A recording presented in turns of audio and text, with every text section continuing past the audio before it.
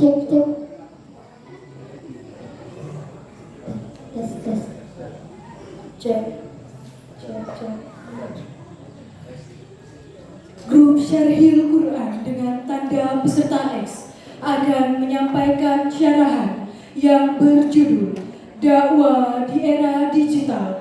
Dipersilahkan. Bismillahirrahmanirrahim. Ya Allah, puji Allah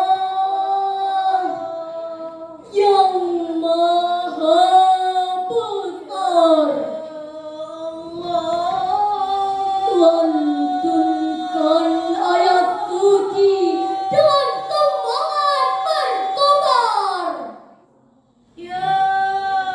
Kami datang kemari untuk bersiar agungkan asma Allah sampai dunia bergetar.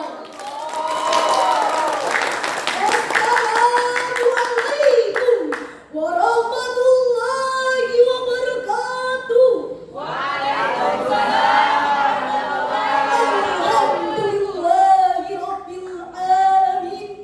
Wassalatu wassalamu ala asyrafil anbiya'i wal mursalin wa ala alihi wa sahbihi ajmain. Amma ba'd.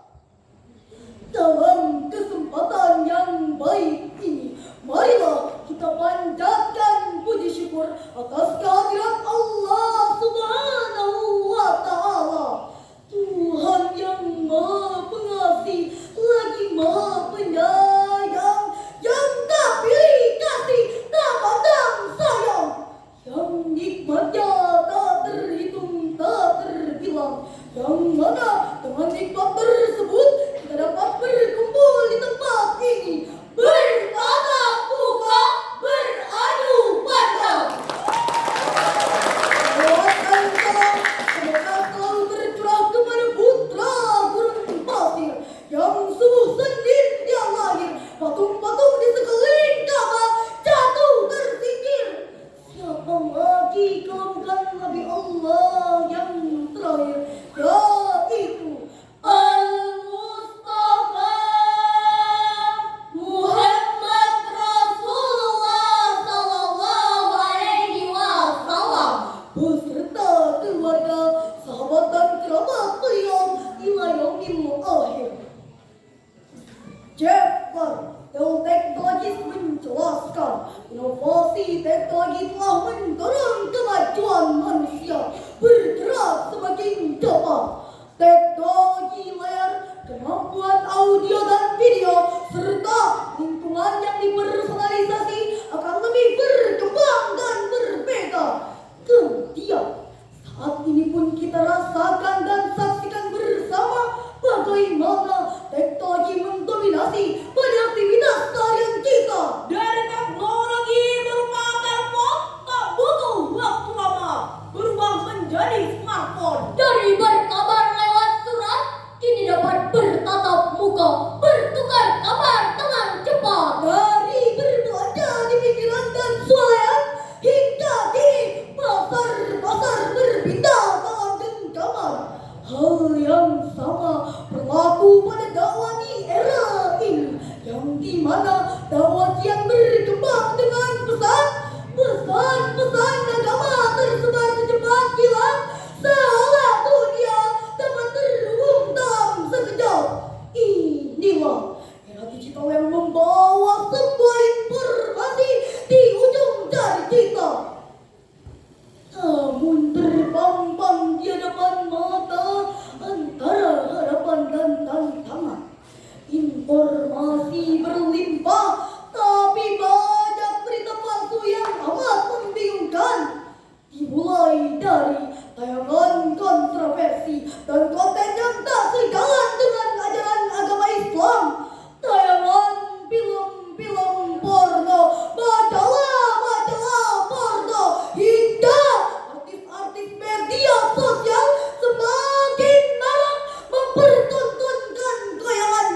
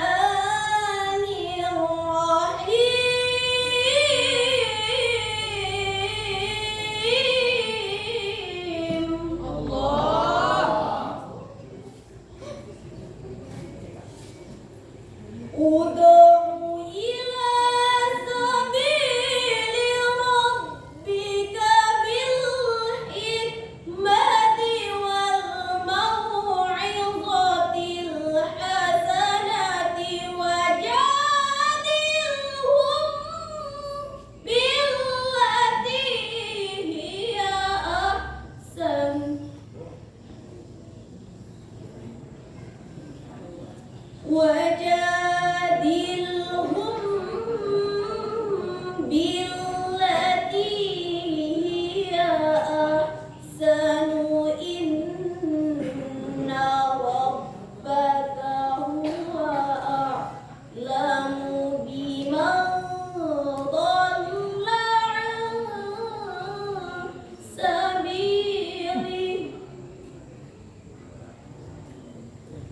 Inna rabbaka huwa a'lamu biman dhalla an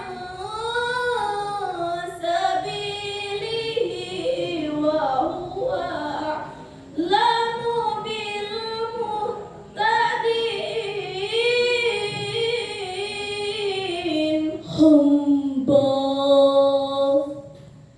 berlindung di bawah kekuasaan Allah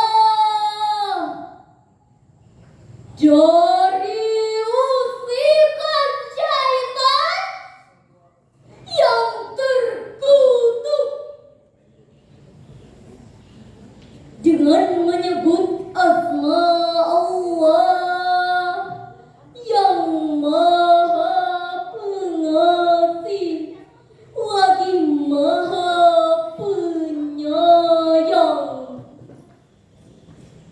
Serulah manusia ke jalan Tuhanmu dengan hikmah dan pengajaran yang baik, serta dekatlah mereka dengan cara yang lebih baik.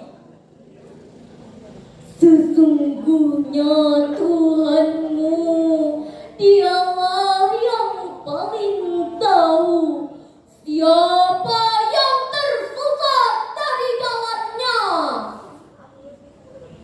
dan Dia pula yang paling tahu siapa yang mendapat petunjuk. Dalam tafsir Al-Misbah, Dr. Muhammad Resia dan para ulama memahami bahwa ayat ini berisi tentang penjelasan prinsip-prinsip dakwah dengan pendekatan hikmah mau'izatil hasanah yujadilu billati hiya ahsan.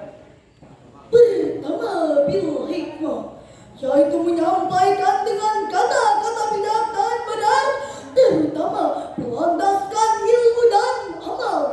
Dengan prinsip ini, kita dapat menghadirkan tayangan yang ramah, indah, penuh kasih, kedamaian dan cinta, yang menjangkau orang di seluruh dunia dalam bahasa yang dipahami oleh berbagai lapisan masyarakat.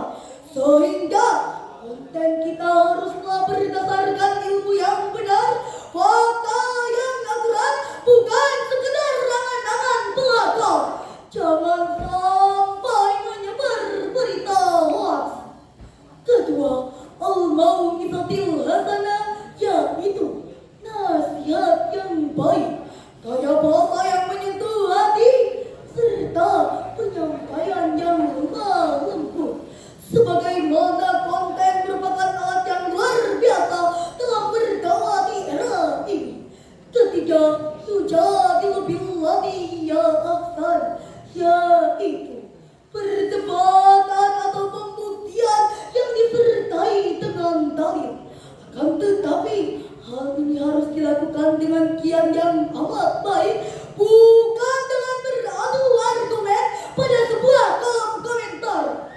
Saling adu, singgung sana, singgung sini, tentu bukan hal itu yang kita harapkan. Dewan Hakim yang arif dan bijaksana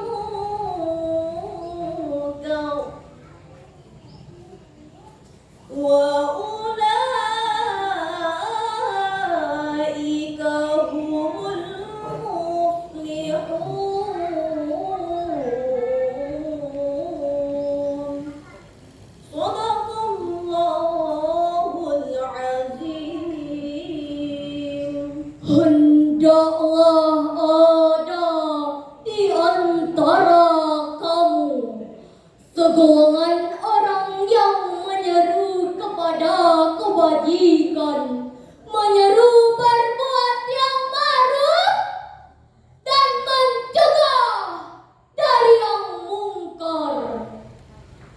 Mereka itulah orang-orang yang beruntung. Maha benar Allah dengan segala firman-Nya. Ayat tersebut merupakan instruksi langsung dari Allah untuk melaksanakan dakwah. Ibnu Taimiyah dalam kitab Majmu' Fatawa menjelaskan agar kita mengajak kepada orang lain untuk beriman kepada Allah, beriman kepada kitab Allah, beriman kepada Rasul Allah, dan konsisten dalam mengikuti ajaran Allah. Kehidupan sebelum datangnya Islam terkurung dalam spirit jahiliyah.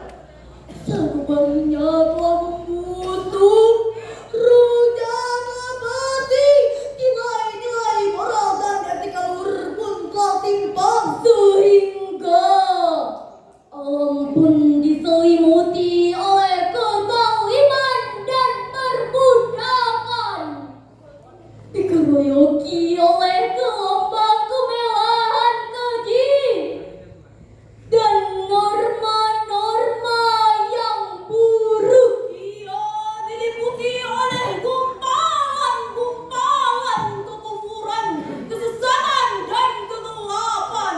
Kemudian Allah mengutus Rasulullah Sallallahu Alaihi Wasallam yang dimana dalam dakwahnya mengalami banyak tekanan, siksaan dan penindasan, penghinaan serta umpatan, bahkan dilempar kotoran hewan. Di zaman ini hadirin, kemudahan dalam berdakwah telah terbuka lebar. Memanfaatkan teknologi dalam keseharian untuk beramar ma'ruf nahi mungkar sudah seharusnya kita lakukan.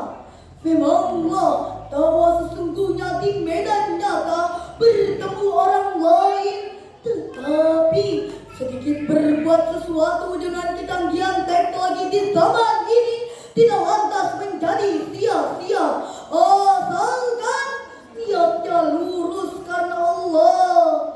Sebagaimana sabda Rasulullah, "Balighu anni walau ayat." Sampaikanlah dariku walau hanya satu ayat. Entah postingan dakwah mana yang akan menggapai hati, melintas batas geografi, dan pesannya meresap dalam sanubari. Hal yang perlu sama-sama kita perhatikan tentunya dengan memperhatikan prinsip-prinsip dakwah pada Quran Surah An-Nahl ayat 125 yang telah dijelaskan. Inspektorat Jenderal 3 Kemenkominfo Republik Indonesia Fajar Budiantoro dalam kegiatan tematik akademi di Kota Samarinda pada tahun 2023 mengatakan perlu dipastikan bahwa tidak ada satupun warga Indonesia yang tertinggal, tidak melek digital, tidak tahu kode etik digital, atau paling left behind.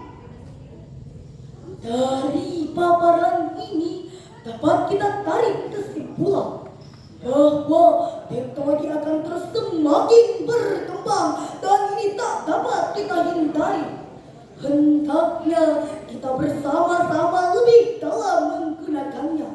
Dengannya kita dapat menginternalisasi dan mengekspresikan nilai-nilai agama dalam kehidupan. Tak sekedar menjadikan teknologi dan media sosial sebagai tempat penyimpanan album kenangan, atau sekedar menjadikan wadah update kegiatan harian, tetapi kita manfaatkan perkembangan teknologi digital sebagai wadah menyebar kebermanfaatan. Insya Allah hal ini akan menjadi palajarya untuk kita hingga hari kebangkitan. Gadis cantik berselendang sutra.